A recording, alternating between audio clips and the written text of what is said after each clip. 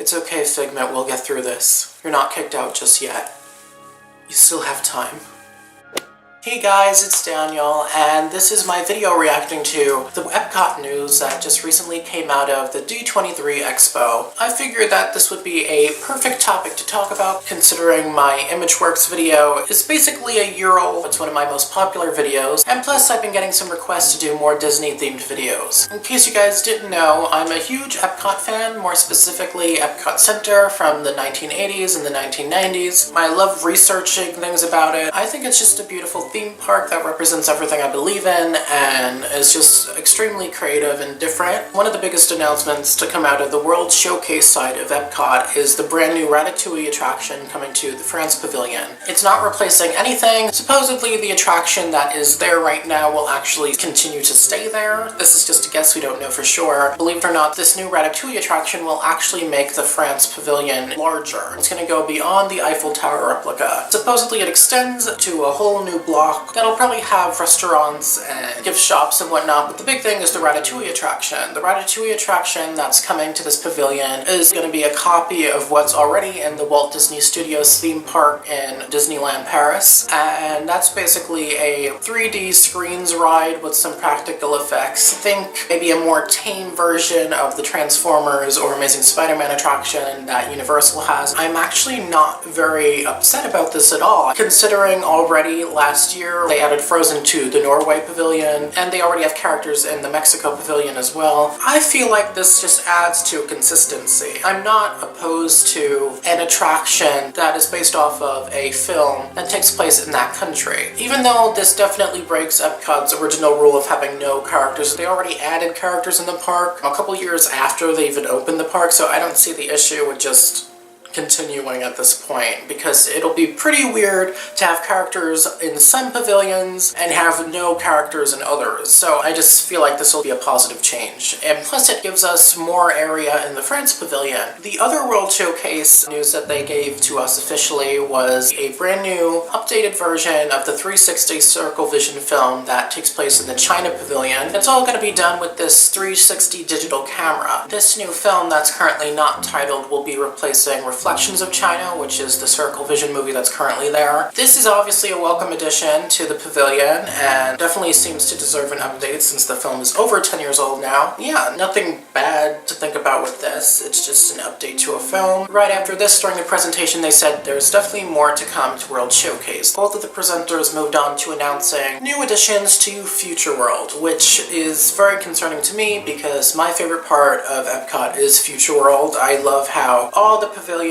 back in the 80s sort of all connected. They have their own symbol. Bob Chapek, I hope I'm pronouncing that correctly, who currently is in charge, I believe, of theme park plans, kept saying that they were going to follow the original Epcot ideals, as well as trying to appeal more to families, which definitely seems to be the part in which they're focusing on the most. They want FutureWorld to continue to promote hope, optimism, awe, and wonder, but I just, you know, I'm not gonna glide over it. It seems like a lot of it is filled with excuses. FutureWorld was always meant to educate and to inform and to inspire, and was always supposed to be a celebration of everything that the human race has achieved on this planet, and it just doesn't seem to be the place to plop a brand new Guardians of the Galaxy attraction. Even though I'm not opposed to a new Guardians of the Galaxy attraction, I feel like Guardians deserves an attraction built from scratch. Even though we don't really have too much information, it doesn't seem like it's going to build upon the ideals of the original Epcot Center. But more to that in a second. Right before they announced the new additions to FutureWorld, they showed off a brand new blue sky concept art of what FutureWorld will look like. I was shocked at how beautiful it was. I really enjoyed all the colors, and it really did look futuristic and updated, so I have no complaints. There's not much that you can see besides what looks like the removal of the Innovations buildings, which isn't really that sad considering that they're basically empty besides some meet and greets with characters and some other stuff. What I am concerned about is the Fountain of Nations, which was there since day one, and I would love to see continue to be in Epcot forever. All the new buildings that they added seem to look highly advanced and interesting, and I'm looking forward to it. But then again, this is a blue sky concept art, which basically means it's up in the air, and some of the things that we see might not even come to fruition, and over the years the project might be simplified. But now on to what we officially know. They of course announced an e-ticket ride for Guardians of the Galaxy, which means it is going to be a very large, expensive attraction. They have said, quote unquote, that they think that this epitomizes our goals in a way that stays true to our original ideals with this brand new Guardians attraction, which,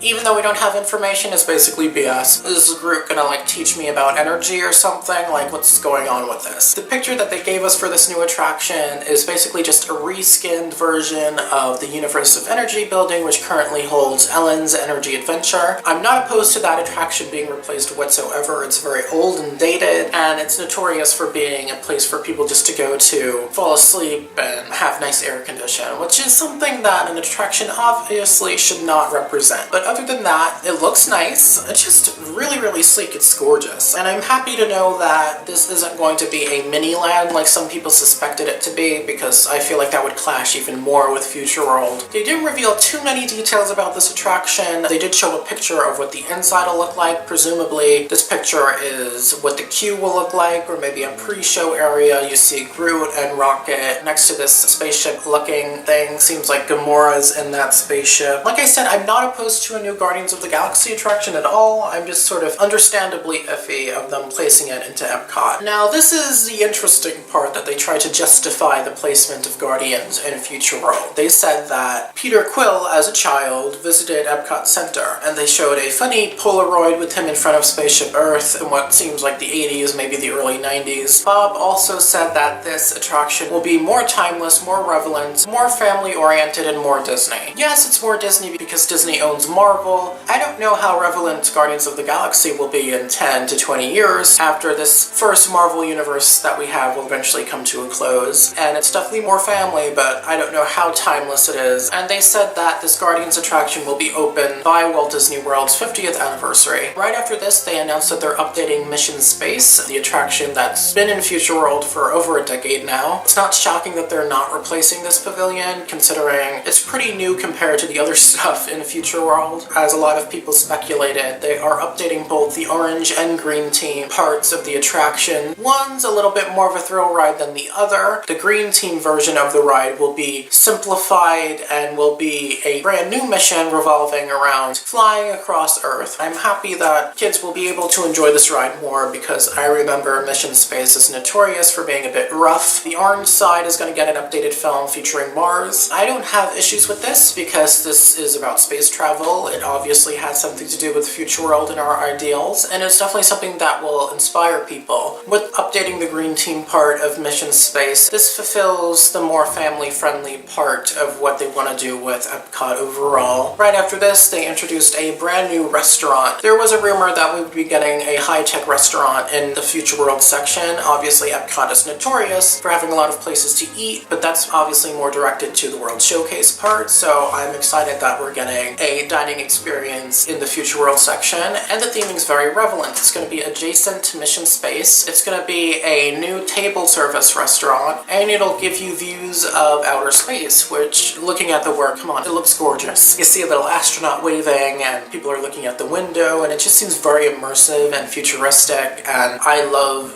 futurism, so it's just something that I'm looking forward to. I don't know where this is going to be placed. Looking at the blue sky concept art, it seems like it might replace the notorious Wonders of Life pavilion. I don't know. The only information they gave is what I just said, but I'm definitely excited for it, and I approve of it. They announced only 2 attractions in FutureWorld and 2 attractions in World Showcase. At the end of the day, I do know that the FutureWorld that I love is basically going to be almost completely gone, and at this point I've basically accepted it. There really is no use in fighting when something is basically guaranteed. Disney is obviously a gigantic corporation corporation, and while I do believe in petitioning and protesting or whatnot, with this case, they have to appeal to everybody who visits the park. And unfortunately, you know, hardcore Epcot fans such as myself obviously make up a minuscule percentage compared to the other people that visit the park. I'm just hoping that, if anything, we'll get references to some of the old attractions. I feel like Epcot in the beginning was something that was almost symbolic of the human race and everything that we've accomplished. So, of course, it's a shame that it's going to be replaced with a bunch of movie-inspired attractions, but at the end of the day, that's what the general public seems to want, and you can't really fight that. I'm happy that the concept art that we got is gorgeous. It gives me some hope that we will get something pretty amazing. When all these rumors first came out, I just basically accepted that this was all going to happen because it's been predicted to happen for the past couple years. Epcot is in desperate need of some updates and some help and attention, and I knew from the get-go that the way that Disney would take care of it would not necessarily be the way that I would want them to. I might as well, when it opens, enjoy what Epcot will be. If you guys enjoyed this video, please give it a thumbs up. I'd really appreciate it. And if you guys want to see more Walt Disney World related videos, please click the subscribe button. I'd appreciate that as well. Follow me on social media at blackandblue572 on Facebook, Twitter, and Instagram. Be sure to comment your opinion on the evolution or de-evolution of Epcot, and also leave some suggestions of what you want me to talk about next. I'd really appreciate your suggestions and your comments. Okay, thank you guys so much for watching. Bye.